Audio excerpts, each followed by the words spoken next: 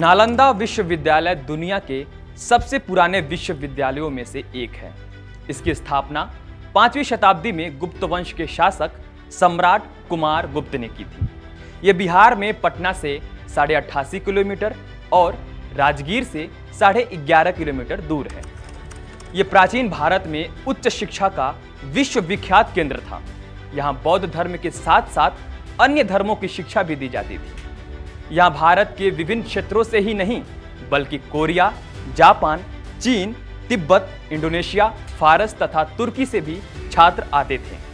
ऐसे नालंदा विश्वविद्यालय को आक्रमणकारियों ने 3 बार नष्ट किया। पहला विनाश स्कंदगुप्त के शासनकाल यानी 455 से 466 ईस्वी में मिहिरकुल के तहत यून के कारण हुआ था, लेकिन स्कंदगुप्त के उत्तराधिकारियों ने पुस्तकालय की मरम्मत कराकर एक बड़ी इमारत खड़ी कर दी।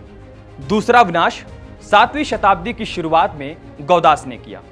इस बार बौद्ध राजा हर्षवर्धन ने भी विश्वविद्यालय की मरम्मत करा दी थी। उनका शासनकाल 606 से 648 ईस्वी तक रहा। तीसरा और सबसे विनाशकारी हमला 1193 में तुर्क सेनापति इख्तियारुद्दीन मुहम्मद बिन बख्तियार खिलजी ने किया। तब धार्मिक ग्रंथों के जलाने के कारण भारत में एक बड़े धर्म के रूप में उभरते हुए बौद्ध धर्म का अस्तित्व संकट में पड़ गया। बौद्ध धर्म इसके बाद ठीक से कभी खड़ा नहीं हो पाया। उस समय बख्तियार खिलजी ने उत्तर भारत में बौद्धों द्वारा शासित कुछ क्षेत्रों पर कब्जा कर लिया।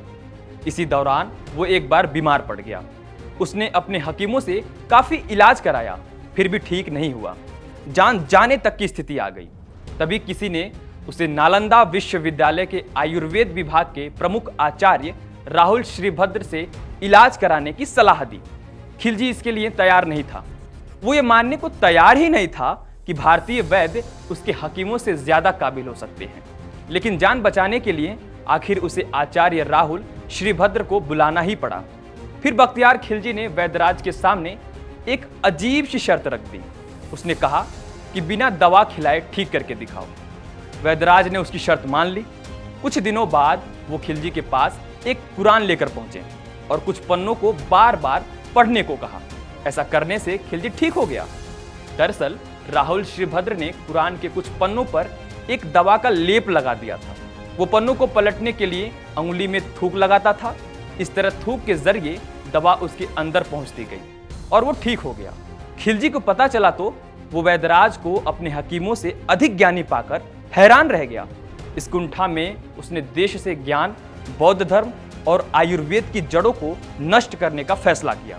इसी के बाद खिलजी ने नालंदा के महान पुस्तकालय में आग लगा दी। लगभग 90 लाख पांडुलिपियां 3 महीने तक जलती रही।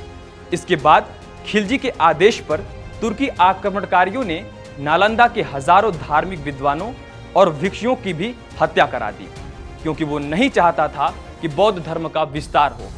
वो इस्लाम धर्म का प्रचार प्रसार करना चाहता था। अगर आप भी हमारे साथ जुड़कर इतिहास के पन्नों को आगे भी पलटना चाहते हैं तो हमारे चैनल को सब्सक्राइब करें और इस वीडियो को ज़्यादा से ज़्यादा लोगों तक शेयर ज़रूर करें। धन्यवाद।